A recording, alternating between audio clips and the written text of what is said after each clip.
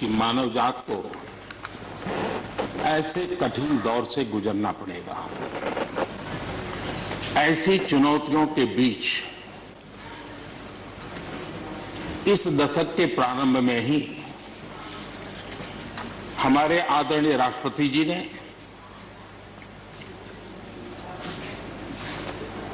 जो संयुक्त सदन में अपना उद्बोधन दिया, वो अपने आप में इस चुनौतियों भरे विश्व में एक नई आशा जगाने वाला, नया उमंग पैदा करने वाला और नया आत्मविश्वास पैदा करने वाला राष्ट्रपति जी का उद्बोधन रहा। आत्मनिर्भर भारत की राह दिखाने वाला और इस दशक के लिए एक मार्ग प्रशस्त करने वाला राष्ट्रपति जी का उद्बोधन रहा। आदरणीय सभापति जी, मैं राष्ट्रपति जी का तहे दिल से आभार व्यक्त करने के लिए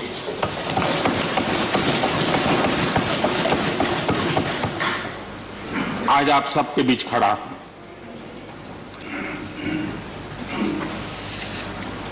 राज्यसभा में करीब 13-14 घंटे तक 50 से अधिक मान्य सदस्यों ने अपने विचार रखे, बहुमूल्य विचार रखे, अनेक पहलुओं पर विचार रखे और इसलिए मैं सभी आदरणीय सदस्यों का हृदयपूर्वक आभार भी व्यक्त करता हूं इस चर्चा को समृद्ध बनाने के लिए। अच्छा होता कि राष्ट्रपति जी का भाषण सुनने के लिए भी सब होते तो लोकतंत्र की गरिमा और बढ़ जाती और हम सबको कभी गिला शिकवा न रहता कि हमने राष्ट्रपति जी का भाषण सुना नहीं था। लेकिन राष्ट्रपति जी के भाषण की ताकत इतनी थी कि न सुनने के बावजूद भी बहुत कुछ बोल पाए। ये अपने आप में उस भाषण की ताकत थी, उन विचारों की ताकत थी, उन आदर्शों की ताकत थी कि जिसके कारण न सुनने के बाद भी बात पहुंच गई। और इसलिए मैं समझता हूं इस भाषण का मूल्य अनेक गुना है। आदरणीय सभापति जी, जैसे मैंने कहा, अनेक चुनौतियों के बीच राष्ट्रपति जी का इस दशक का प्रथम भाषण हुआ। लेकिन ये भी सही है कि जरा पूरे विश्व पटल की तरफ देखते हैं, भारत के युवा मन को देखते हैं, तो ऐसा लगता है कि आज भारत सच्चे अर्थ में एक अवसरों की भूमि है।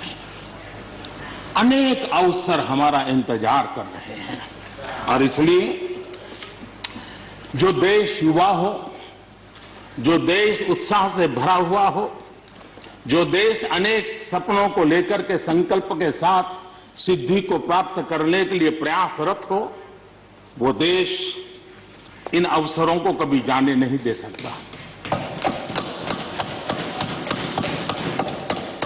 हम सब के लिए ये भी एक अवसर है कि हम आजादी के 75 वर्ष में प्रवेश कर रहे हैं। ये अपने आप में एक प्रेरक अवसर है। हम जहां भी हो, जिस रूप में हो, मां भारती के संतान के रूप में इस आजादी के 75वें पर्व को हमने प्रेरणा का पर्व बनाना चाहिए। देश को आने वाले वर्षों के लिए तैयार करने के लिए कुछ न कुछ कर गुजरने का होना चाहिए। और 2047 में देश जब आजादी की शताब्दी मनाए, तब हम देश को कहां तक ले जाएंगे, इन सपनों को बार बार हमने लेते रहना चाहिए। आज पूरे विश्व की नजर भारत पर है, भारत से अपेक्षाएं भी हैं और लोगों में एक विश्वास भी है कि अगर भारत ये कर लेगा दुनिया की बहुतेक समस्याओं का समाधान वहीं से हो जाएगा। ये विश्वास आज दुनिया में भारत के लिए पड़ा है। आदरणीय सभापति जी, जब मैं अवसरों की चर्चा कर रहा हूं तब महाकवि मैथिली शरण गुप्त जी की कविता को मैं उद्घोषित करना चाहूंगा। गुप्त जी ने कहा था, अवसर तेरे लिए खड़ा है, अवसर तेरे लिए खड़ा है, फिर भी तू चुपचाप पड़ा है। अवसर तेरे लिए खड़ा है, फिर भी तू चुपचाप पड़ा है। तेरा कर्म क्षेत्र बड़ा है, तेरा कर्म क्षेत्र बड़ा है, पल पल है अनमोल, पल पल है अनमोल। अरे भारत उठ, अरे भारत उठ, आंखें खोल। ये मैथिली शरण गुप्त जी ने कहा था। लेकिन मैं सोच रहा था, इस कालखंड में 21वीं सदी के आरंभ में अगर उनको लिखना होता तो क्या लिखते। मैं कल्पना करता था कि वो लिखते, अवसर तेरे लिए खड़ा है, अवसर तेरे लिए खड़ा है, तू आत्मविश्वास से भरा पड़ा है, तू आत्मविश्वास से भरा पड़ा है। हर बाधा, हर बाधा, हर बंदिश को तोड़, हर बाधा, हर बंदिश को तोड़। अरे भारत, अरे भारत, आत्मनिर्भरता के पथ पर दौड़, आत्मनिर्भरता के पथ पर दौड़।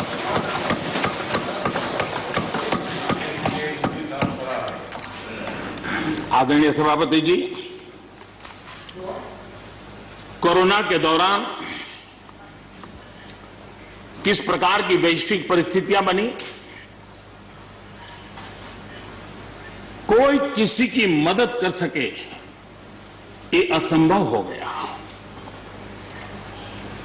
एक देश दूसरे देश को मदद न कर सके, एक राज्य दूसरे राज्य को मदद न कर सके, यहां तक कि परिवार का एक सदस्य दूसरे परिवार की सदस्य की मदद न कर सके, वैसा माहौल कोरोना के कारण पैदा हुआ। भारत के लिए तो दुनिया ने बहुत आशंकाएं जताई थी।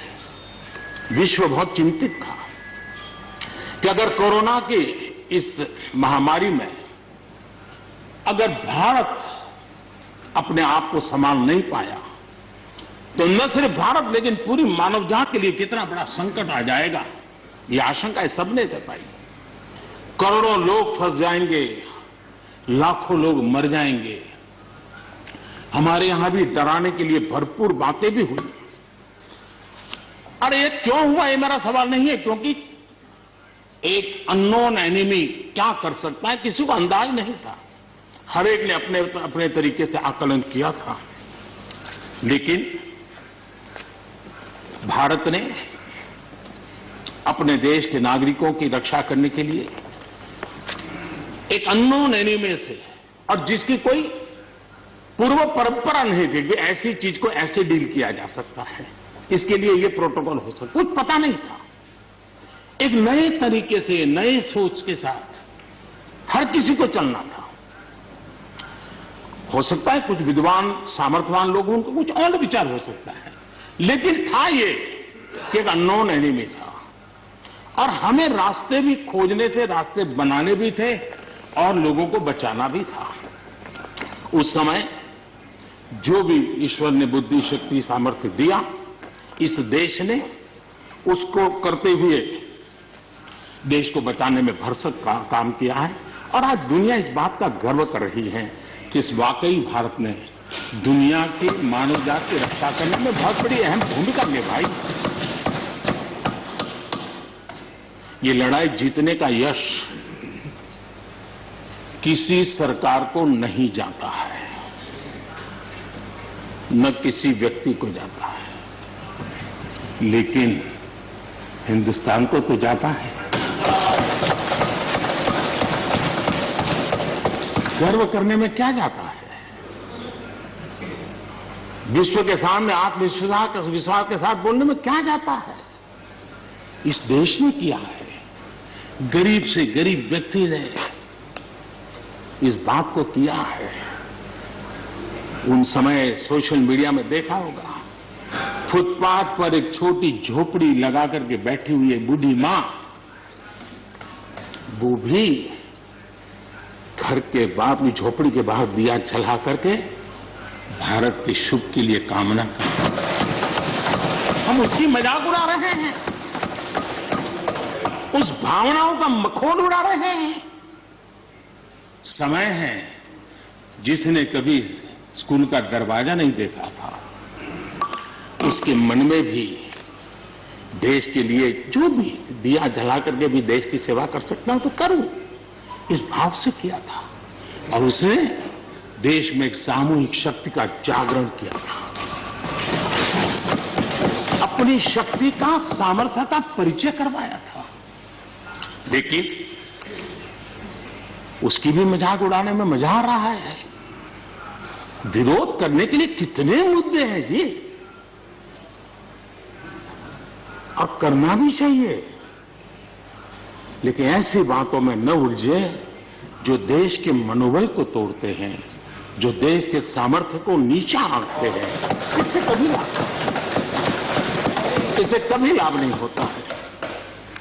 हमारे कोरोना वॉरियर्स, हमारे फ्रंटलाइन वर्कर्स, आप कल्पना कर सकते हैं जी, जब चारों तरफ भाई कहीं किसी से कोरोना आ जाएगा तो ऐसे समय ड्यूटी करना, अपनी जिम्मेवारियों को निभाना, ये छोटी चीजें नहीं है। इसका गर्व करना चाहिए, उनका आदर करना चाहिए।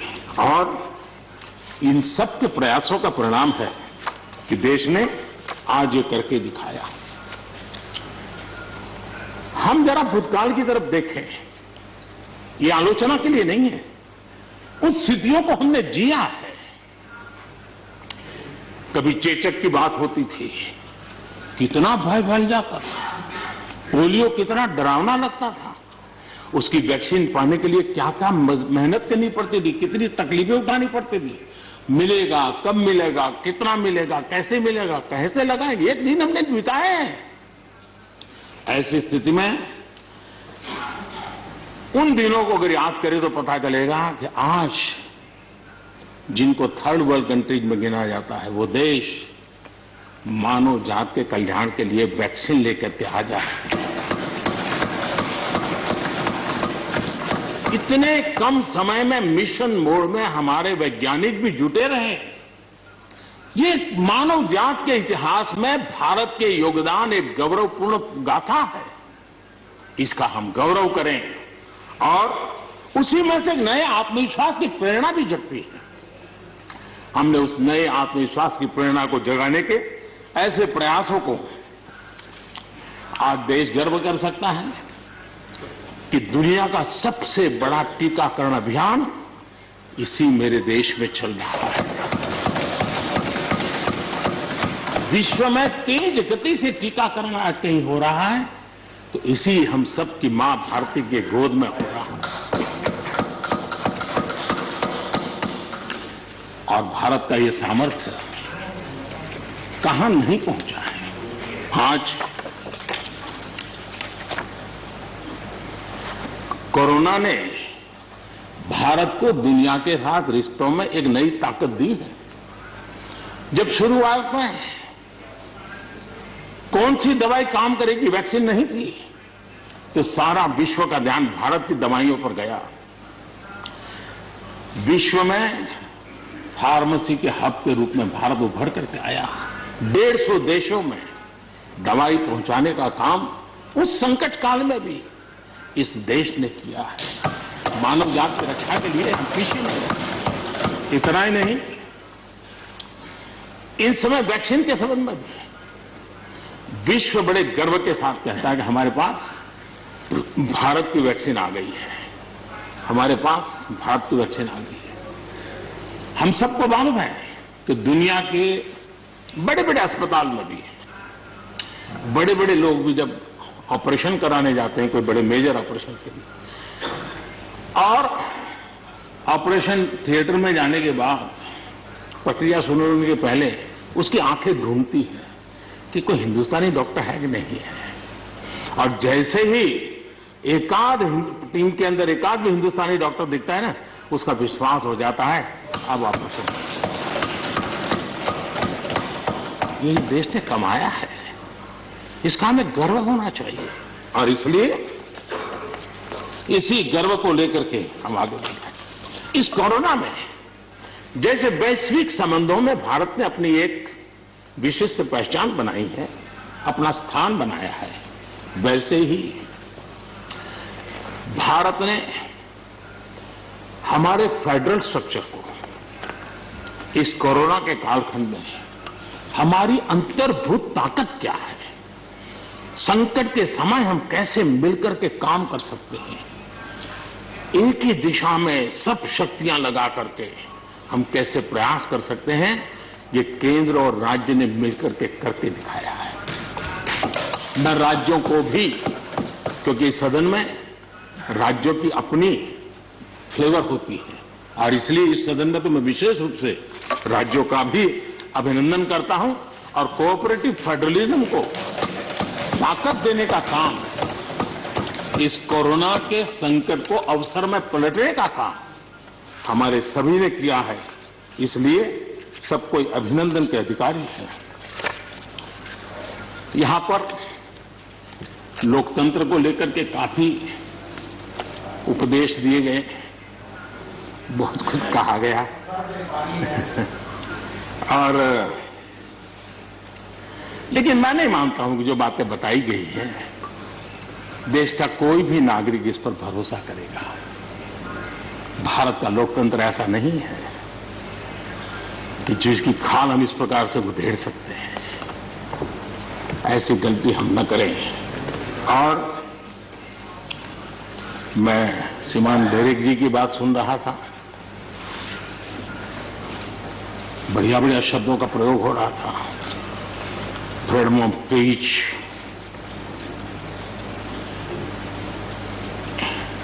इंटिमिडेशन, हाउडिंग। जब शब्द सुन रहा था तो लग रहा था कि ये बंगाल की बात बता रहे हैं कि देश की बता रहे हैं।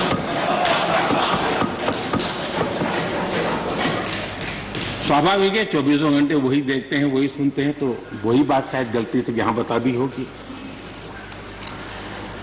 कांग्रेस के हमारे बाजवा साहब भी काफी अच्छा बता रहे थे इस बार, और इतना लंबा खींच करके बता रहे थे तो मुझे लग रहा था बस आप थोड़ी देर में ये इमरजेंसी तक पहुंच जाएंगे।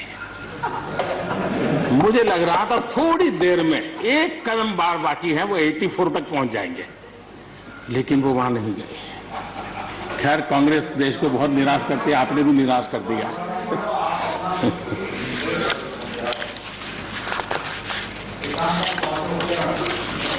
माननीय सभापति जी,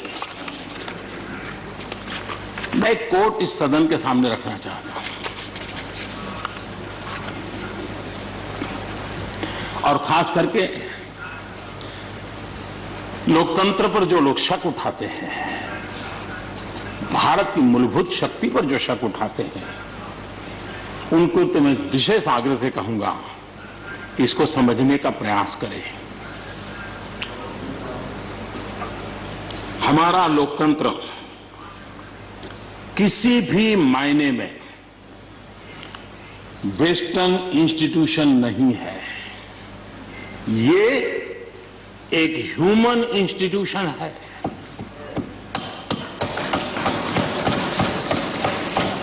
भारत का इतिहास लोकतांत्रिक संस्थानों के उदाहरणों से भरा पड़ा है।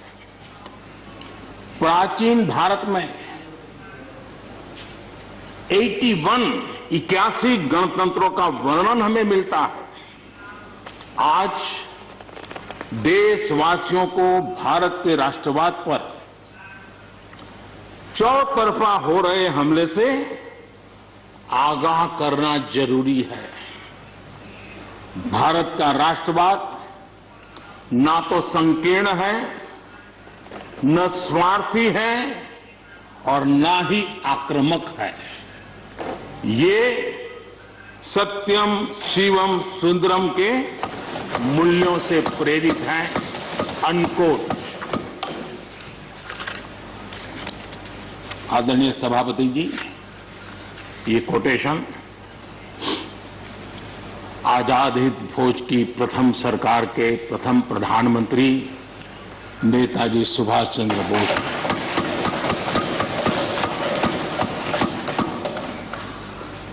और संयोग है कि 125वीं जयंती आज हम मना रहे हैं, लेकिन दुर्भाग्य इस बात का है कि जाने अनजाने में हमने नेताजी की इस भावना को, नेताजी के इन विचारों को, नेताजी के इन आदर्शों को भुला दिया। और उसका परिणाम है कि आज हमको कोसने लग गए। मैं तो कभी कभी हैरान हो जाता हूं। दुनिया जो हमें कोई शब्द पकड़ा देती, हम भी उसको पकड़ करके चल पड़ते हैं।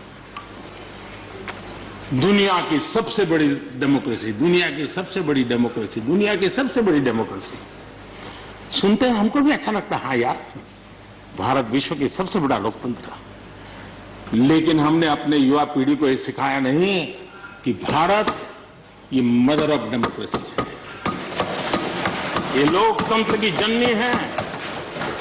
हम सिर्फ बड़ा लोकतंत्र है ऐसा नहीं है, यह देश लोकतंत्र की जननी है।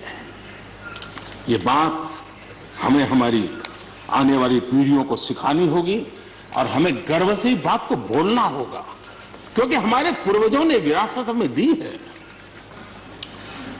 भारत की शासन व्यवस्था डेमोक्रेटिक है।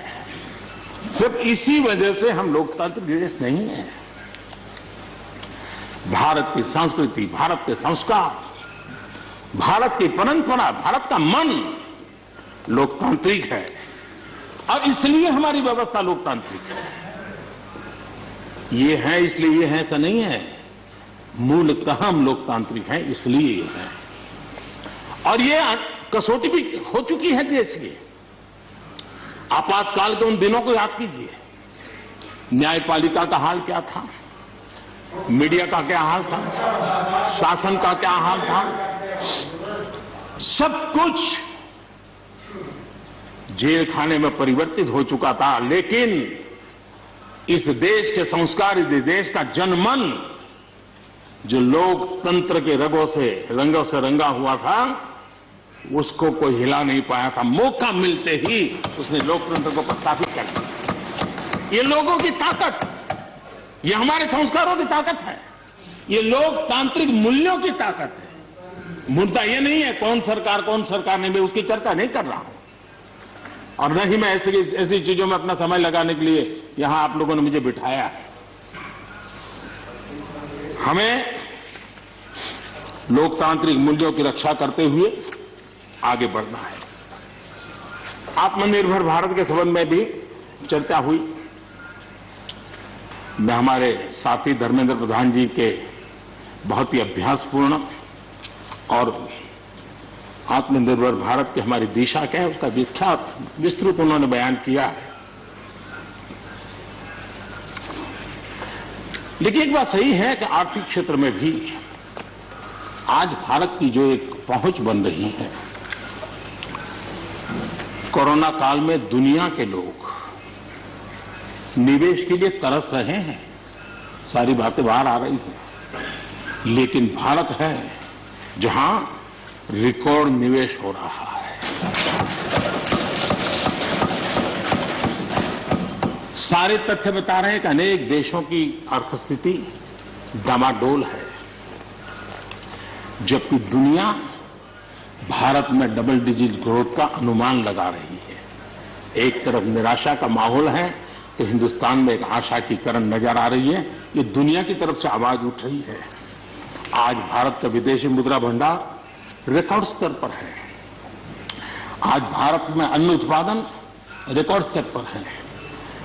भारत आज दुनिया में दूसरा बड़ा देश है जहां पर इंटरनेट यूजर हैं, भारत में आज हर महीने 4 लाख करोड़ रुपए का लेन देन डिजिटली हो रहा है, यूपीआई के माध्यम से हो रहा है, यूपीआई के माध्यम से।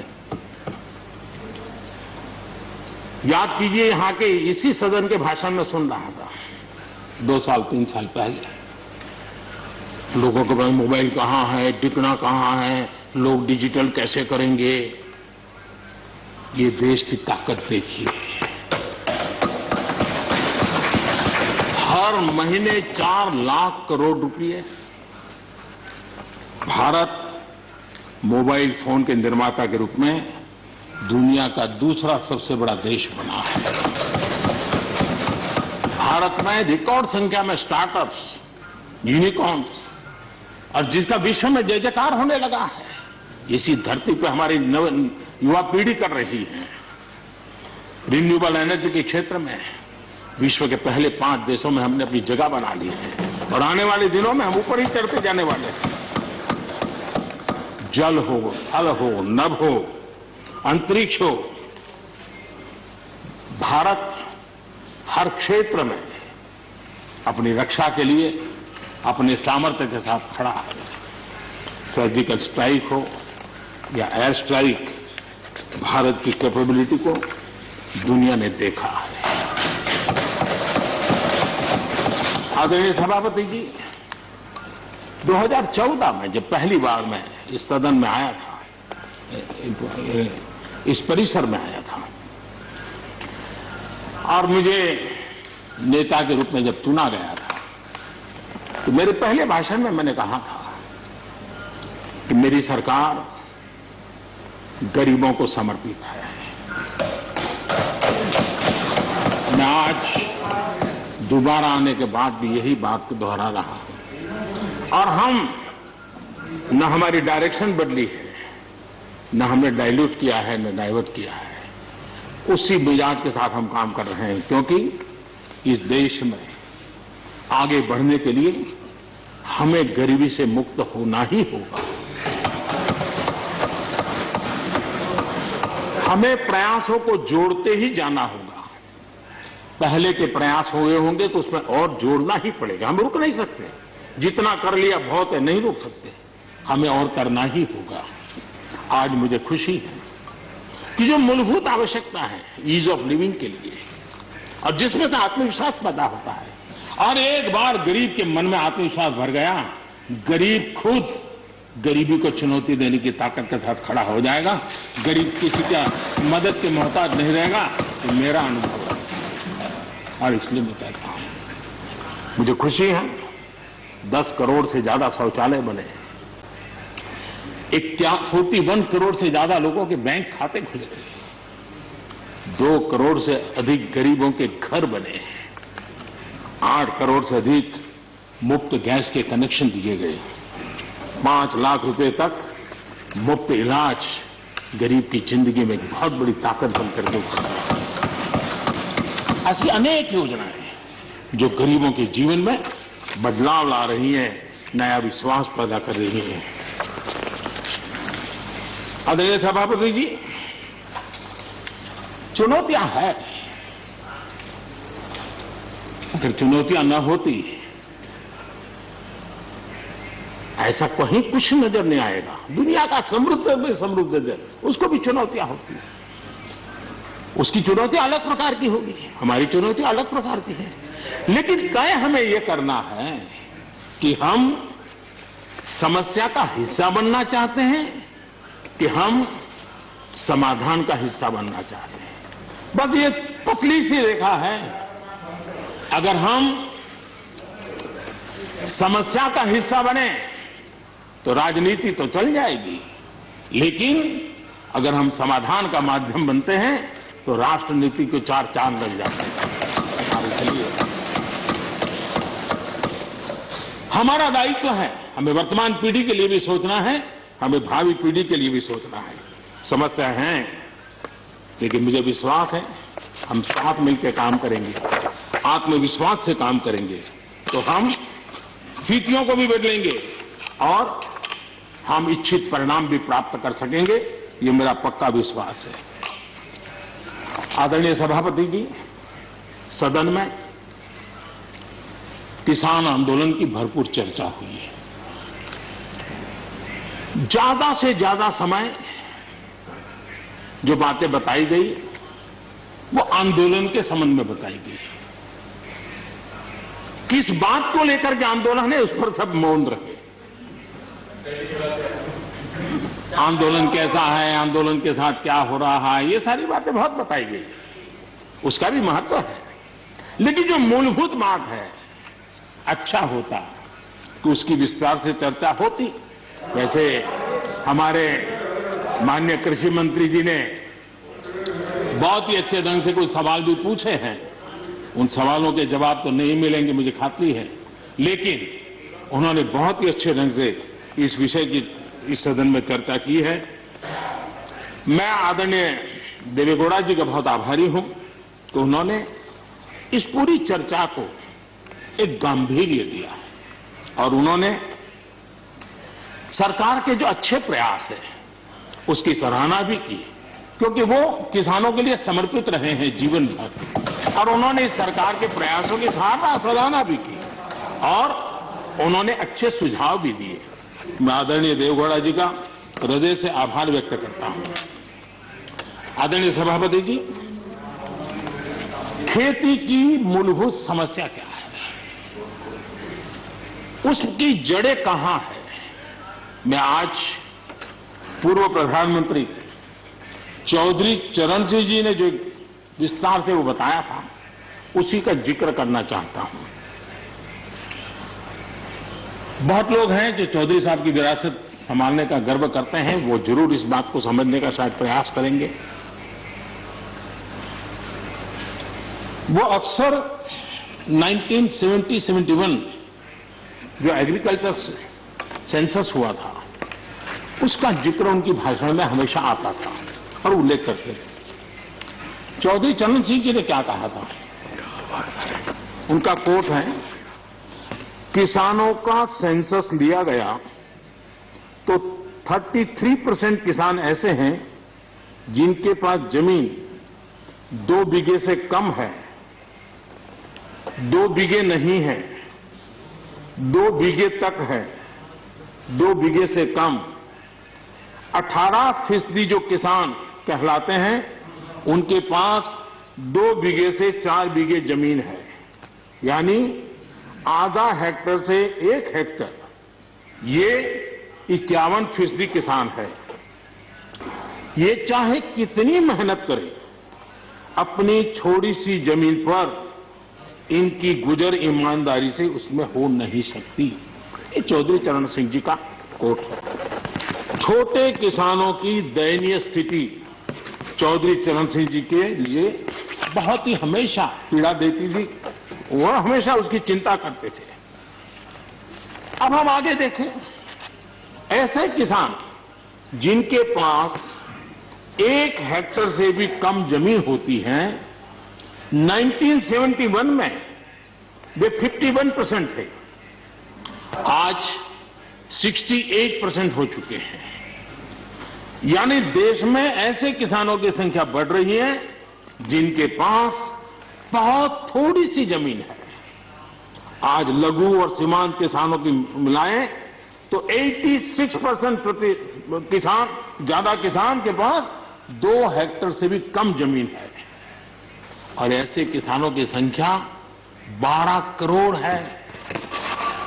क्या इन 12 करोड़ किसानों के प्रति हमारी कोई जिम्मेवारी नहीं है? क्या देश की कोई जिम्मेवारी नहीं है? क्या हमने कभी हमारी योजनाओं के केंद्र में इन 12 करोड़ किसानों को रखना पड़ेगा कि नहीं रखना पड़ेगा? ये सवाल का जवाब चौधरी चरण सिंह जी हमारे लिए छोड़ करके गए हैं। हमें जवाब को ढूंढना होगा। हमें चौधरी चरण सिंह जी को सच्ची श्रद्धांजलि देने के लिए भी इस काम के लिए जिसको जो सूझे, जिसको मौका मिले, सबने करना होगा, तब जाकर के हम कर सकते हैं। अब पहले की सरकारों की सोच में छोटा किसान था क्या? अगर एक बार हम थोड़ा सोचेंगे तो ध्यान आएगा। मैं आलोचना के लिए नहीं कह रहा, लेकिन हमने सचमुच में हम सब ने सोचने की आवश्यकता है। जब हम चुनाव आते ही एक कार्यक्रम करते हैं कर्ज माफी। अब वो किसान का कार्यक्रम है कि वोट का कार्यक्रम है, वो तो हिंदुस्तान में हर कोई भली भांति जानता है। लेकिन जब कर्ज माफी करते हैं तब छोटा किसान उससे वंचित रहता है, उसके नसीब में कुछ नहीं आता है, क्योंकि कर्ज माफी जो बैंक से लोन लेता है उसके लिए होती है। छोटा किसान का बेचारा बैंक में खाता नहीं, वो कहां लोन लेने जाएगा। हमने छोटे किसान के लिए नहीं किया है, भले ही हमने राजनीति कर ली हो। 1-2 एकड़ जमीन वाले किसान जिसके पास बैंक का खाता भी नहीं है, न वो कर्ज लेता है, न कर्ज माफी का फायदा उसको मिलता है। उसी प्रकार से पहले की फसल बीमा योजना क्या थी?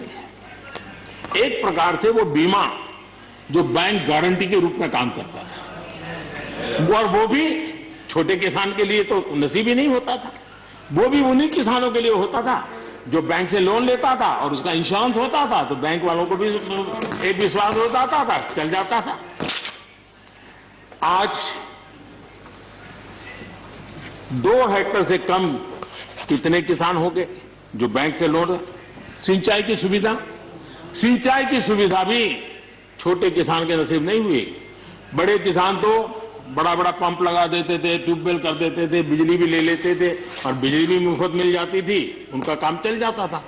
छोटे किसान के लिए तो सिंचाई के भी लिए दिक्कत थी, वो तो कभी ट्यूबवेल लगा ही नहीं सकता था, कभी कभी तो उसको बड़े किसान से पानी खरीदना पड़ता था और जो दाम मांगे वो दाम देना पड़ता था।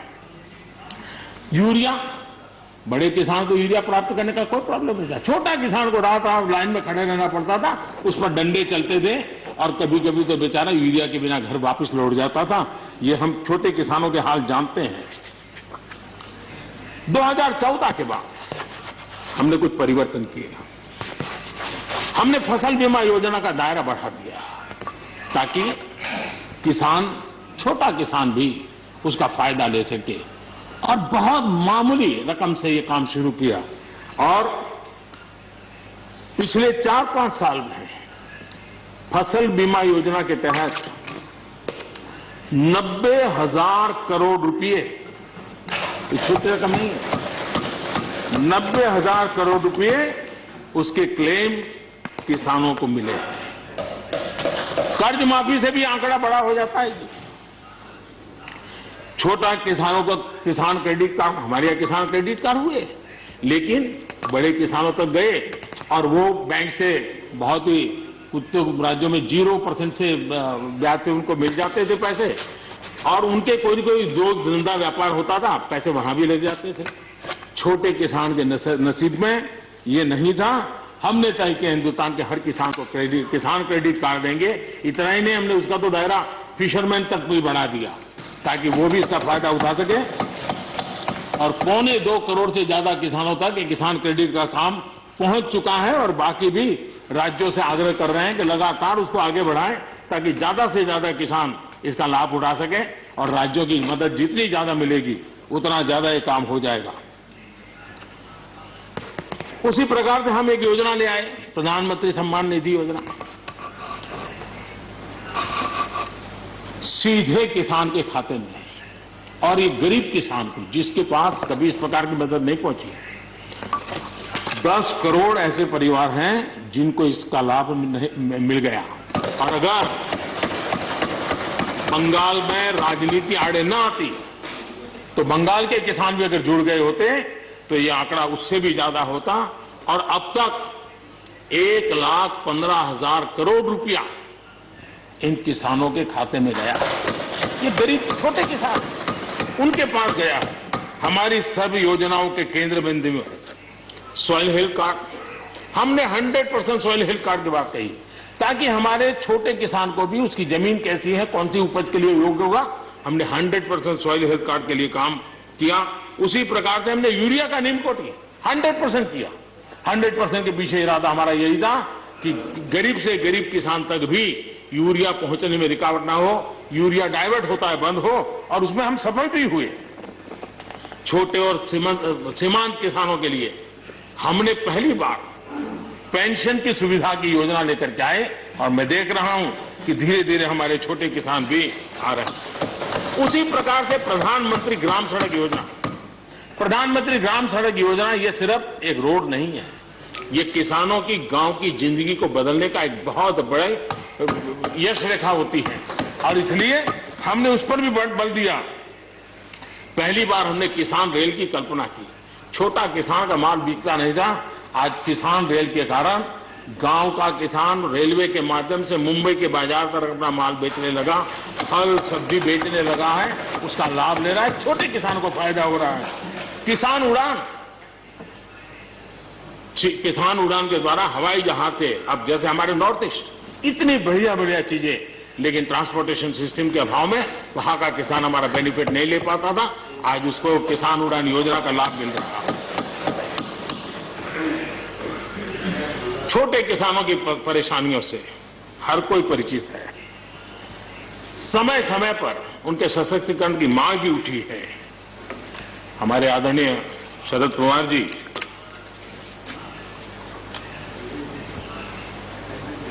और कांग्रेस के भी हर किसी ने, हर सरकार ने कृषि सुधारों की वकालत की है। कोई पीछे नहीं है, क्योंकि हर एक को लगता है कर पाए नहीं कर पाए अलग बात है, लेकिन ये होना चाहिए, ये बात हर एक की निकली हुई है। और आज नहीं, जब भी जो जहां थे सबने की हुई है। और शरद राव जी ने तो अभी एक बयान भी दिया कि भाई मैं सुधारों के पक्ष में हूं। ठीक है, पद्धति के संबंध में उनके मन में सवाल है, लेकिन सुधारों का विरोध नहीं किया है। और इसलिए मैं समझता हूं कि हमें इस विषय में हमारे साथी श्रीमान सिंधिया जी ने बहुत ही अच्छे ढंग से कई पहलुओं पर इस कानून को लेकर के यहां पर ये सारी बातें पिछले 2 दशक से लगातार चल रही है, हर फोरम में चली। ऐसा नहीं है कि कोई हमारे आने के बाद हर ने कहा और हर एक को लगा कि अब समय आ गया, हो जाए, अब समय आ गया। ये ठीक है, फुटस्टॉप कॉमा कोई इधर उधर हो सकता है, कोई ये दावा नहीं कर सकता है कि भाई हमारे समय की सोच बहुत ही बढ़िया थी। मैं भी दावा नहीं कर सकता हूं कि हमारे समय की सोच बढ़िया है, 10 साल के बाद कोई नई सोच आ ही नहीं सकती। ऐसा नहीं होता है जी। ये समाज जीवन परिवर्तनशील होता है। आज के समय हमें जो ठीक लगा चलो चले, आगे सुधार करेंगे, नई चीजों को जोड़ेंगे। यही तो प्रगति का रास्ता होता है जी। रुकावटें डालने से प्रगति कहां होती है जी। और इसलिए, लेकिन मैं हैरान हूं, अचानक यू टर्न ले लिया भाई, ऐसा क्यों किया? ठीक है, आप आंदोलन के मुद्दों को लेकर के इस सरकार को घेर लेते हैं, लेकिन साथ साथ किसानों को भी कहते हैं कि भाई बदलाव बहुत जरूरी है, बहुत साल हो गए, अब नई चीजों को लेना पड़ेगा, तो देश आगे बढ़ता है। लेकिन अब मुझे लगता है कि राजनीति इतनी हावी हो जाती है कि अपने ही विचार छूट जाते हैं। लेकिन जो ये सब कर रहे हैं अच्छा है। आदरणीय डॉक्टर मनमोहन सिंह जी यहां मौजूद है, मैं उन्हीं का एक कोट आज पढ़ना चाहता हूं। हो सकता है जो यूटर्न कर रहे हैं वो मेरी बात माने या न माने, मनमोहन सिंह जी की तो बात जरूर मानेंगे। There are other rigidities because of the whole marketing regime set up in the 1930s, which prevent our farmers from selling their produce where they get the highest rate of return. It is our intention to remove all those handicaps which come in the way of India realizing its vast potential as one large common market. ये आदरणीय मनमोहन सिंह जी का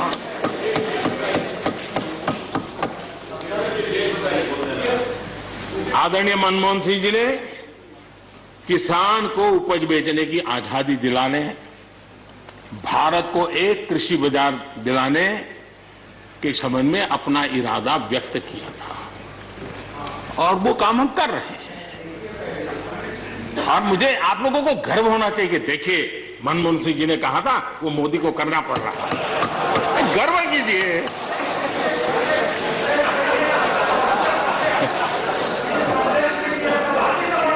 please please. और मजा ये है कि जो लोग पॉलिटिकल बयानबाजी करते हैं उछल उछल करके, उनके राज्यों में भी जब उनको मौका मिला है, इसी में से आधा अधूरा कुछ न कुछ किया ही किया है। हर किसी ने, यहां जो विरोध में दल है उनकी भी जहां सरकारें हैं वहां आधा अधूरा कुछ न कुछ तो किया ही है, क्योंकि उनको भी मालूम है रास्ते का रास्ता तो यही है। और मैंने देखा इस चर्चा में लॉ का जो स्पिरिट है उस पर किसी की चर्चा नहीं हुई है। शिकायत दिया गया तरीका ठीक नहीं था, जल्दी कर दिया, इसको नहीं पूछा, ये रहता है। वो तो परिवार में शादी होती है तो भी फूफी नाराज होकर के कहती है मुझे कहां बुलाया। वो तो रहता है, इतना बड़ा बड़ा परिवार है तो रहता ही है।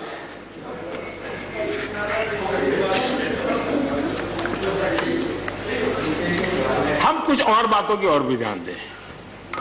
अब देखिए, दूध उत्पादन किसी बंधनों में बंधा हुआ नहीं है, न पशुपालक बंधनों में बंधा हुआ है, न दूध बंधनों में बंधा हुआ। लेकिन मजा देखिए,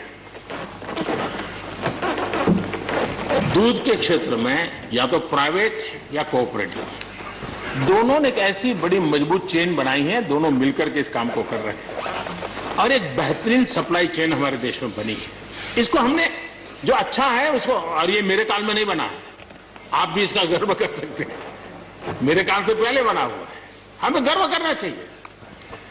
फल सब्जी से जुड़े व्यवसाय में ज्यादातर बाजारों का सीधा संपर्क रहता है, बाजारों की दखल हट गई है, इसका लाभ मिल रहा है। क्या डेयरी वाले, फल सब्जी खरीदने वाले उद्यमी, पशुपालकों की किसान, क्या जमीन पर कब्जा हो जाता है उनका? पशुपालन पर, पशु पे कब्जा हो जाता है? नहीं होता, दूध बिकता है, पशु नहीं बिकता है जी। हमारे देश में डेयरी उद्योग का योगदान कृषि अर्थव्यवस्था के कुल मूल्य में 28% से भी ज्यादा है। यानी इतना बड़ा हम एग्रीकल्चर की चर्चाएं करते हैं, इस पहलू को हम भूल जाते हैं। 28% कंट्रीब्यूशन है और करीब करीब 8 लाख करोड़ रुपयों का कारोबार है। जितने रुपये का दूध होता है उसका मूल्य अनाज और दाल दोनों मिला ले तो उससे ज्यादा है। हम कभी इस तरफ देखते ही नहीं है।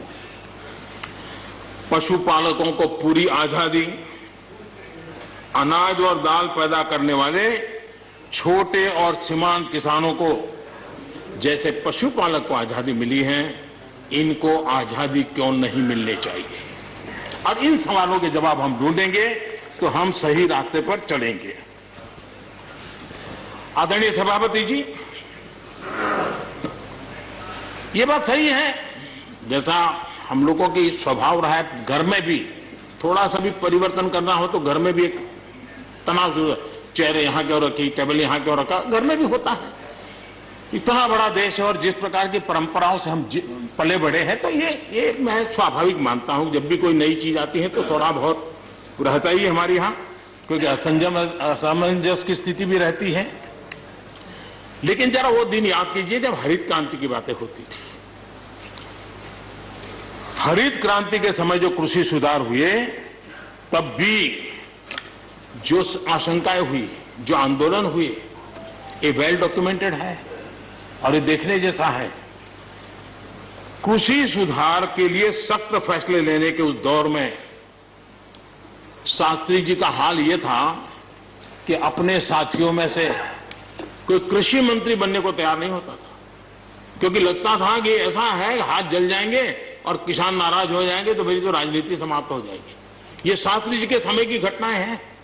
और अंत में शास्त्री जी को सी सुब्रमण्यम जी को कृषि मंत्री बनाना पड़ा था और उन्होंने रिफॉर्म्स की बातें की। योजना आयोग ने भी उसका विरोध किया था। मजा देखिए, योजना आयोग ने भी विरोध किया था। वित्त मंत्रालय सहित पूरी कैबिनेट के अंदर भी विरोध का स्वर उठा था। लेकिन देश की भलाई के लिए शास्त्री जी आगे बढ़े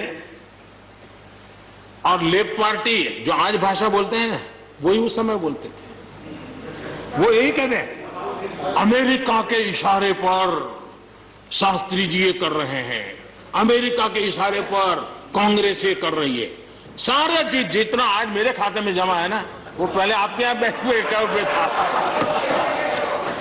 सब कुछ अमेरिका के एजेंट कह दिया जाता था हमारे नेता, कांग्रेस के नेताओं को।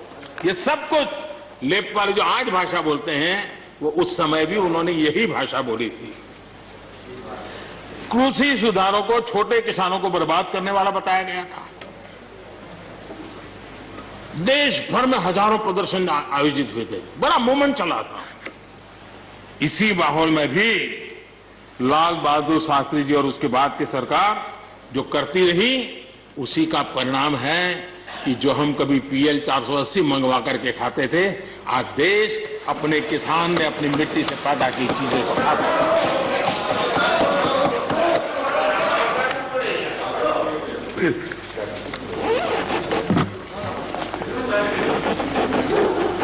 रिकॉर्ड उत्पादन के बावजूद भी हमारे कृषि क्षेत्र में समस्याएं हैं। कोई ये तो मना नहीं कर सकता है समस्याएं नहीं है, लेकिन समस्याओं का समाधान हम सबको मिलकर के करना होगा। और मैं मानता हूं कि अब समय ज्यादा इंतजार नहीं करेगा। हमारे राम गोपाल जी ने बहुत ही अच्छी बात कही कि उन्होंने कहा कि कोरोना लॉकडाउन में भी हमारे किसानों ने रिकॉर्ड उत्पादन किया है। सरकार ने भी बीज, खाद, सारी चीजें कोरोना काल में भी पहुंचाने में कोई कमी नहीं होने दी, कोई संकट नहीं आने दिया, और उसका सामूहिक परिणाम मिला कि देश के पास यह भंडार भरा रहा। उपज की रिकॉर्ड खरीदी भी इस कोरोना काल में ही हुई। तो मैं समझता हूं कि हमने नए नए उपाय खोज करके आगे बढ़ना होगा। और जैसा मैंने कहा, कोई भी हम कई कानून है, हर कानून में 2 साल 5 साल के बाद, कभी 2 महीने 2-3 महीने के बाद सुधार करते ही करते हैं। हम कोई स्टैटिक अवस्था में जीने वाले लोग थोड़े हैं जी। जब अच्छे सुझाव आते हैं तो अच्छे सुधार भी आते हैं, और सरकार भी अच्छे सुझावों को, और सिर्फ हमारी नहीं, हर सरकार ने अच्छे सुझावों को स्वीकार किया। यही तो लोकतंत्र की परंपरा है। और इसलिए अच्छा करने के लिए अच्छे सुझावों के साथ, अच्छे सुधारों की तैयारी के साथ हम सबको आगे बढ़ना चाहिए। मैं आप सबको निमंत्रण देता हूं, आइए हम देश को आगे ले जाने के लिए, कृषि क्षेत्र की समस्याओं का समाधान करने के लिए आंदोलनकारियों को समझाते हुए हमने देश को आगे ले जाना होगा।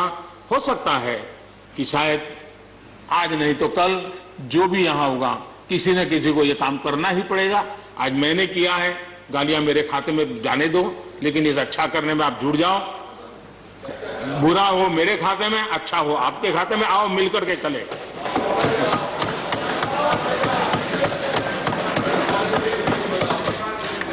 और मैं लगातार, हमारे कृषि मंत्री जी लगातार किसानों से बातचीत कर रहे हैं, लगातार मीटिंगें हो रही हैं, और अभी तक कोई तनाव पैदा नहीं हुआ है।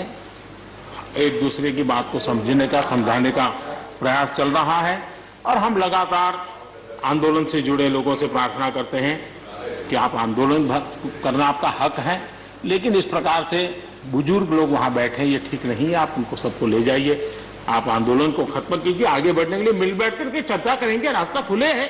ये सब हमने कहा है। मैं आज भी इस सदन से माध्यम से भी निमंत्रण देता हूं। आदरणीय सभापति जी, ये बात निश्चित है, हमारी खेती को खुशहाल बनाने के लिए फैसले लेने का ये समय है। इस समय को हमने गंवा नहीं देना चाहिए। हमें आगे बढ़ना चाहिए, देश को पीछे नहीं ले जाना चाहिए। पक्ष हो, विपक्ष हो, आंदोलनरत साथी हो, इन सुधारों को हमने मौका देना चाहिए, और एक बार देखना चाहिए कि इस परिवर्तन से हमें लाभ होता है कि नहीं होता है। कोई कमी हो तो उसको ठीक करेंगे, और कहीं ढिलाई है तो उसको कसेंगे। ऐसा तो है नहीं कि सब दरवाजे बंद कर दिए बस। और इसलिए मैं कहता हूं, मैं विश्वास दिलाता हूं कि मंडियां अधिक आधुनिक बने, अधिक प्रतिस्पर्धी होगी। इस बार बजट में भी उसके लिए हमने प्रावधान किया है। इतना ही नहीं, एमएसपी है, एमएसपी था, एमएसपी रहेगा। इस सदन की पवित्रता समझे हम। जिन 80 करोड़ से अधिक लोगों को सस्ते में राशन दिया जाता है, वो भी कंटिन्यू रहेगा। इसलिए मेहरबानी करके भ्रम फैलाने के काम में हम न जुड़े, क्योंकि हमको देश ने एक विशिष्ट जिम्मेवारी दी है। किसानों की आय बढ़ाने के जो दूसरे उपाय हैं, उन पर भी हमें बल देने की जरूरत है। आबादी बढ़ रही है, परिवार के अंदर सदस्यों की संख्या बढ़ रही है, जमीन के टुकड़े छोटे होते जा रहे हैं। ऐसी स्थिति में हमें कुछ न कुछ ऐसा करना ही होगा ताकि किसानी पर बोझ कम हो और हमारे किसान के परिवार के लोग भी रोजी रोटी कमाने के लिए, उनके लिए हम और अवसर उपलब्ध करा सकें। इनकी तकलीफों को दूर करने के लिए हमने काम करना होगा। और मैं मानता हूं कि हम अगर देर कर देंगे, हम अगर अपने ही राजनीतिक समीकरणों में फंसे रहेंगे, तो हम किसानों को अंधकार की तरफ धकेल देंगे। कृपा करके हमें उज्जवल किसानों के उज्जवल भविष्य के लिए इससे बचना चाहिए। मैं सबसे प्रार्थना करता हूं, हमें इस बात की चिंता करनी होगी।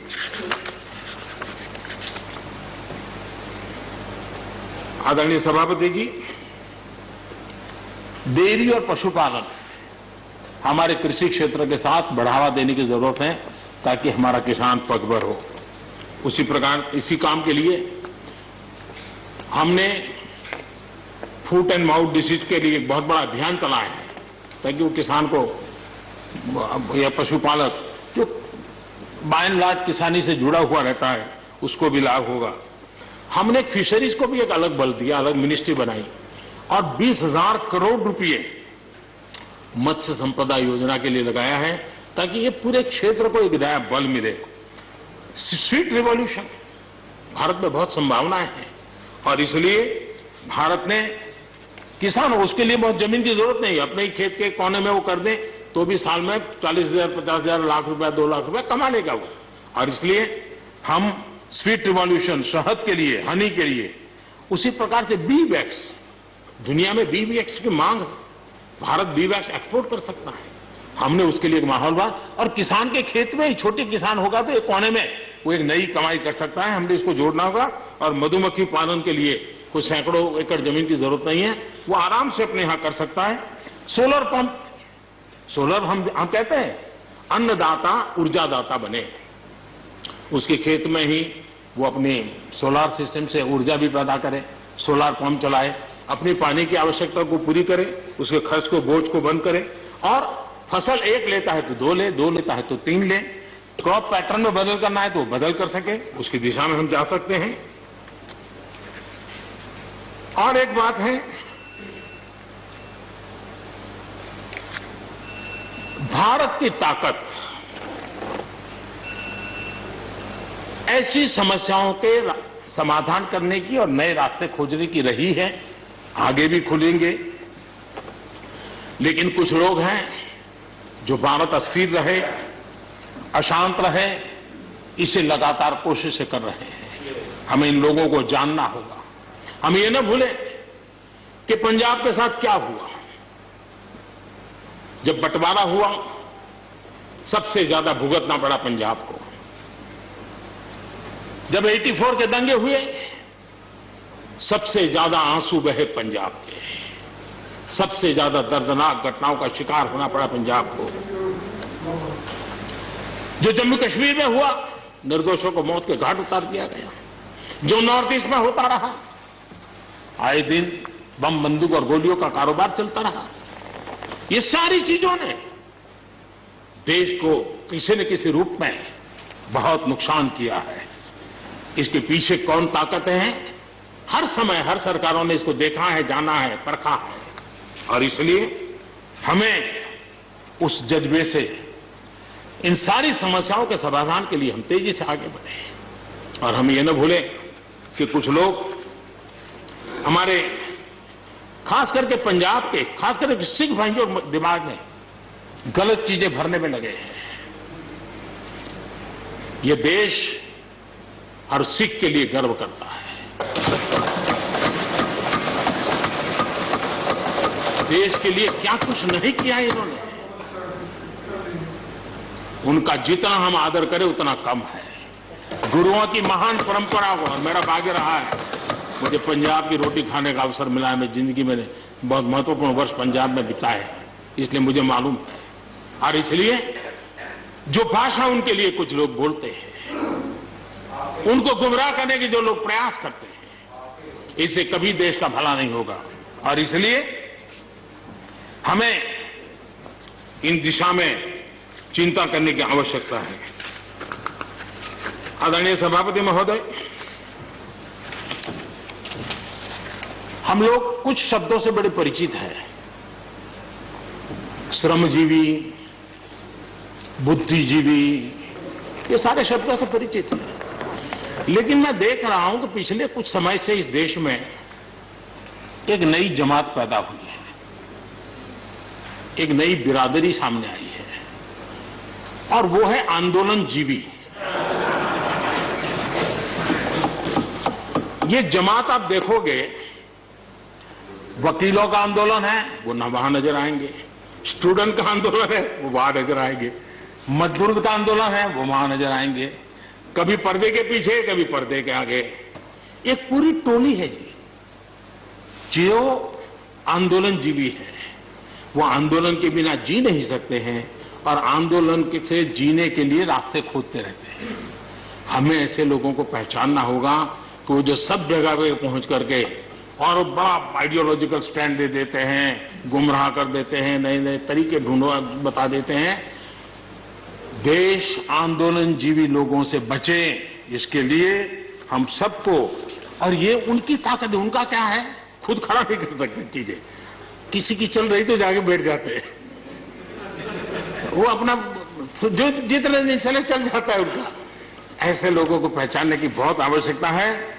ये सारे आंदोलनजीवी परजीवी होते हैं।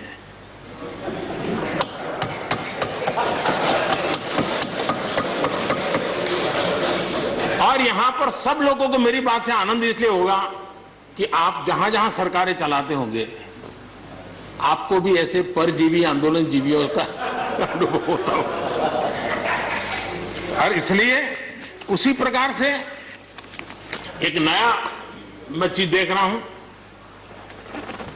देश प्रगति कर रहा है, हम एफडीआई की बात कर रहे हैं, फॉरेन डायरेक्ट इन्वेस्टमेंट, लेकिन मैं देख रहा हूं इन दिनों एक नया एफडीआई मैदान में आया है।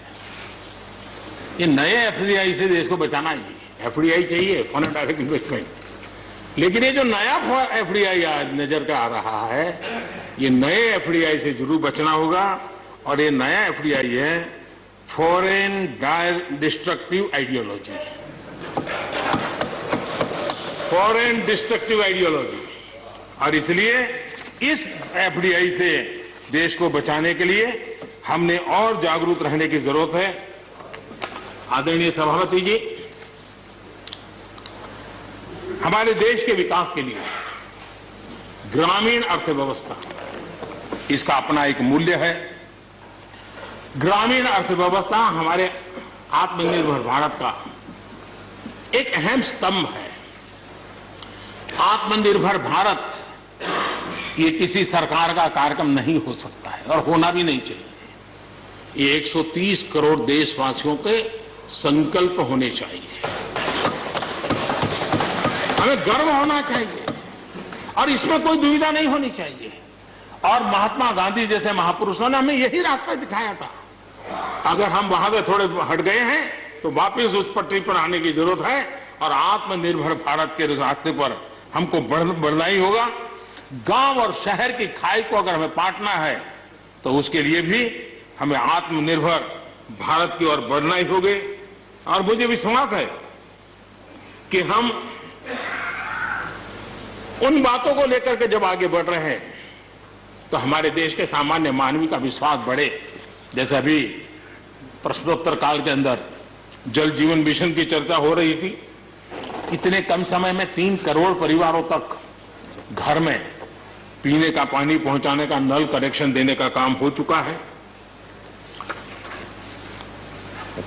आत्मनिर्भरता तभी संभव जब अर्थव्यवस्था में सभी की भागीदारी हो। हमारी सोनल बहन ने अपने भाषण में बहनों बेटियों की भागीदारी पर फोकस करने की उन्होंने विस्तार से चर्चा की। कोरोना काल में चाहे राशन हो, आर्थिक मदद हो या मुफ्त गैस सिलेंडर, सरकार ने हर तरह से एक प्रकार से हमारी माताओं बहनों को असुविधा ना हो इसकी पूरी चिंता करने का प्रयास किया है और उन्होंने एक शक्ति बनकर के चीजों को संभालने में मदद भी की है। जिस तरह इस मुश्किल परिस्थिति में हमारे देश की नारी शक्ति ने बड़े धैर्य के साथ परिवार को संभाला, परिस्थितियों को संभाला है। कोरोना के इस लड़ाई में हर परिवार की मातृशक्ति की बहुत बड़ी भूमिका रही है और उनका मैं जितना धन्यवाद करूं उतना कम। बहनों बेटियों का हौसला और मैं समझता हूं कि आत्मनिर्भर भारत में अहम भूमिका हमारी माताएं बहनें निभाएगी, मुझे पूरे विश्वास है। आज युद्ध क्षेत्र में भी हमारी बेटियों की भागीदारी बढ़ रही है। नए जो लेबर कोड बनाए हैं उसमें भी बेटियों के लिए हर सेक्टर में काम करने के लिए समान वेतन का हक दिया गया है। मुद्रा योजना से 70% जो लोन ली गई है वो हमारी बहनों के द्वारा ली गई है, यानी एक प्रकार से एडिशन। करीब 7 करोड़ महिलाओं की सहभागिता से 60 लाख से ज्यादा सेल्फ हेल्प ग्रुप आज आत्मनिर्भर भारत के प्रयासों को एक नई ताकत दे रहे हैं। भारत की युवा शक्ति पर हम जितना जोर लगाएंगे, हम जितने अवसर उनको देंगे, मैं समझता हूं कि वो हमारे देश के लिए, भविष्य के लिए, उज्जवल भविष्य के लिए एक मजबूत नींव बनेंगे। जो राष्ट्रीय एजुकेशन पॉलिसी आई है उस राष्ट्रीय एजुकेशन पॉलिसी में भी हमारी युवा पीढ़ी के लिए नए अवसर देने का प्रयास हुआ है और मुझे खुशी है कि एक लंबा अरसे समय गया एजुकेशन पॉलिसी पर चर्चा में, लेकिन उसकी स्वीकृति जिस प्रकार से देश में हुई है एक नया विश्वास पैदा किया है और मुझे विश्वास है कि नई एजुकेशन पॉलिसी, नई राष्ट्रीय शिक्षा नीति हमारे देश के लिए एक नए तरीके से पढ़ने का विचार दिखा आगे। हमारा एमएसएमई सेक्टर, रोजगार के सबसे ज्यादा अवसर एमएसएमई सेक्टर को मिल रहे हैं और जब कोरोना काल में जो स्टिमुलस की बात हुई उसमें भी एमएसएमई पर पूरा ध्यान दिया गया और उसी का परिणाम है कि आर्थिक रिकवरी में आज हमारे एमएसएमई बहुत बड़ी भूमिका निभा रहे हैं और हम इसको आगे बढ़ा रहे हैं। हम लोग प्रारंभ से सबका साथ, सबका विकास, सबका विश्वास का मंत्र लेकर के चल रहे हैं और उसी का परिणाम है कि नॉर्थ ईस्ट हो या नक्सल प्रभावित क्षेत्र, धीरे धीरे वहां हमारी समस्याएं कम होती जा रही हैं और समस्याएं कम होने के कारण, सुख और शांति का अवसर पैदा होने के कारण विकास की मुख्य धारा में ये हमारे सभी साथियों को आने का अवसर मिल रहा है। अब भारत के उज्जवल भविष्य में ईस्टर्न इंडिया बहुत बड़ी भूमिका निभाएगा, ये मैं साफ देख रहा हूं और उसको हम पूरी मजबूती से काम। मैं आदरणीय गुलाम नबी जी को सुन रहा था, वैसे भी बड़ी मृदुता, सौम्यता और कभी भी कटु शब्द का उपयोग न करना ये गुलाम नबी जी की विशेषता रही है और मैं मानता हूं कि हम सभी जो सांसदगण हैं उन्होंने उनसे ये सीखने जैसी चीज है और इसलिए मैं उनका आदर भी करता हूं। और उन्होंने जम्मू कश्मीर में जो चुनाव हुए उसकी तारीफ की।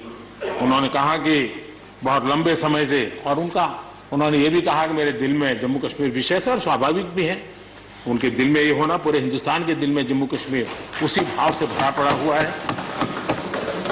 जम्मू कश्मीर आत्मनिर्भर बनेगा उस दिशा में हमारा, वहां पंचायत के चुनाव हुए, बीडीसी के चुनाव हुए, डीडीसी के चुनाव हुए और इन सब की सराहना गुलाम नबी जी ने की है। इस प्रशंसा के लिए मैं आपका बहुत आभारी हूं, लेकिन मुझे डर लगता है। आपने प्रशंसा की,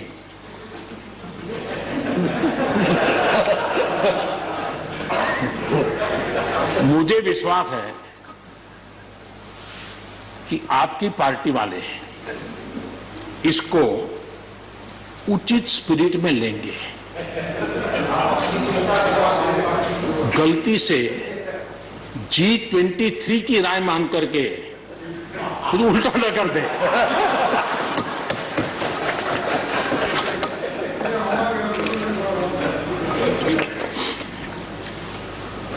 आदरणीय सभापति महोदय, कोरोना के चुनौतीपूर्ण दौर में सीमा पर भी चुनौती देने की कोशिश हुई। हमारे वीर जवानों के हौसले और कुशलता ने सटीक जवाब दिया है और हर हिंदुस्तानी के इस बात पर गर्व है। मुश्किल परिस्थितियों में भी हमारे जवान डट करके खड़े रहे हैं। तमाम साथियों ने भी हमारे जवानों के शौर्य की सराहना की है, मैं उनका आभारी हूं। एलएसी पर जो स्थिति बनी है उस पर भारत का रुख बहुत स्पष्ट है और देश इसको भली भांति देख भी रहा है और गर्व भी कर रहा है। बॉर्डर इंफ्रास्ट्रक्चर और बॉर्डर सिक्योरिटी को लेकर हमारी प्रतिबद्धता में किसी प्रकार की ढील आने का सवाल ही नहीं होता है, गुंजाइश ही नहीं है। और जो लोग हमारा लालन पालन और हमारे विचारों का हमारा उछेर देखते हैं वो कभी इस विषय में हमें सवाल ही नहीं करेंगे। उनको मालूम है हम इसके लिए डटे हुए रहने वाले लोग हैं और इसलिए हम इन विषयों में कहीं पर भी पीछे नहीं है। आदरणीय सभापति जी, इस सदन की उत्तम चर्चा के लिए मैं सबका धन्यवाद करते हुए आखिर में एक मंत्र का उल्लेख करते हुए अपनी वाणी को मैं विराम दूंगा। हमारे यहां वेदों में एक महान विचार प्राप्त होता है और हम सब के लिए 130 करोड़ देशवासियों के लिए ये मंत्र अपने आप में बहुत बड़ी प्रेरणा है। वेदों का ये मंत्र कहता है, अयुतो अहम, अयुतो में आत्मा, अयुतो अहम, अयुतो में आत्मा, अयुतम में चक्षुः, अयुतम श्रोत्रम, अयुतो अहम, अयुतो में आत्मा, अयुतम में चक्षुः, अयुतम श्रोत्रम। यानी मैं एक नहीं हूं, मैं अकेला नहीं हूं, मैं अपने साथ करोड़ों मानवों को देखता हूं, अनुभव करता हूं। इसलिए मेरी आत्मिक शक्ति करोड़ों की है, मेरे साथ करोड़ों की दृष्टि है, मेरे साथ करोड़ों की श्रवण शक्ति, कर्म शक्ति भी है। आदरणीय सभापति जी, वेदों की इसी भावना से, इसी चेतना से 130 करोड़ से अधिक देशवासियों वाला भारत सबको साथ लेकर के आगे बढ़ रहा है। आज 130 करोड़ देशवासियों के सपने आज हिंदुस्तान के सपने हैं। आज 130 करोड़ देशवासियों की आकांक्षाएं इस देश की आकांक्षाएं हैं। आज 130 करोड़ देशवासियों का भविष्य भारत के उज्जवल भविष्य की गारंटी है। और इसलिए आज जब देश नीतियां बना रहा है, प्रयास कर रहा है, तो वो केवल तत्कालीन हानि लाभ के लिए नहीं, लेकिन एक लंबे दूरगामी और 2047 में देश जब आजादी का शतक बनाएगा तब देश को नई ऊंचाइयों पर ले जाने के सपनों को लेकर के नींव रखी जा रही है। और मुझे विश्वास है कि इस काम को हम पूरा करने में अवश्य सफल होंगे। मैं फिर एक बार आदरणीय राष्ट्रपति जी के उद्बोधन के लिए मैं उनका आदरपूर्वक धन्यवाद करते हुए, उनका अभिनंदन करते हुए, सदन में भी जिस तरह चर्चा हुई, और मैं सच बताता हूं, चर्चा का स्तर भी अच्छा था, वातावरण भी अच्छा था। ये ठीक है कि इससे कितने लाभ होते हैं, मुझ पर भी कितना हमला हुआ, हर प्रकार से जो भी कहा जा सकता है कहा, लेकिन मुझे बहुत आनंद हुआ कि मैं कम से कम आपके काम तो आया। देखिए, आपके मन में एक तो कोरोना के कारण ज्यादा जाना आना होता नहीं होगा, फंसे रहते होंगे और घर में भी खिचड़ी चलती होगी। अब इतना गुस्सा यहां निकाल दिया तो आपका मन कितना हल्का हो गया। आप घर के अंदर कितनी खुशी चैन से समय बिताते होंगे। तो ये आनंद जो आपको मिला है, इसके लिए मैं काम आया, ये भी मैं अपना सौभाग्य मानता हूं और मैं चाहूंगा ये आनंद लगातार लेते रहिए, चर्चा करते रहिए, लगातार चर्चा करते रहिए, सदन को जीवंत बनाते रखिए। मोदी है, मौका लीजिए। बहुत बहुत धन्यवाद। धन्यवाद प्रधानमंत्री जी। I shall now put the amendments which have been moved to vote. Amendment number 11 to 18 by Tiruchi Siva. Amendment number 11 to 18 by Tiruchi Siva. Are you withdrawing the amendments or Sir, to have concern on his citizens? should I put them to vote? No speech. No speech is allowed now. Rajya Sabha से सीधी तस्वीरें हम आपको दिखा रहे थे। राष्ट्रपति के अभिभाषण पर प्रधानमंत्री जवाब दे रहे थे। अभिभाषण की काफी तारीफ की, कहा कि इससे अच्छा अभिभाषण कुछ हो नहीं सकता था। राष्ट्रपति के अभिभाषण का जिक्र करते हुए प्रधानमंत्री ने अपना आज का भाषण शुरू किया और आज के इस भाषण में तमाम चीजों को उन्होंने इंक्लूड किया, चाहे वो कोरोना काल हो, देश की उपलब्धि हो, किसानों का आंदोलन हो या फिर विपक्ष का मौका भुनाने की नीति क्यों ना हो। इन सभी बातों पर प्रधानमंत्री ने बात की है। एक छोटा सा ब्रेक यहां पर ले रहे हैं, लौटेंगे जल्द।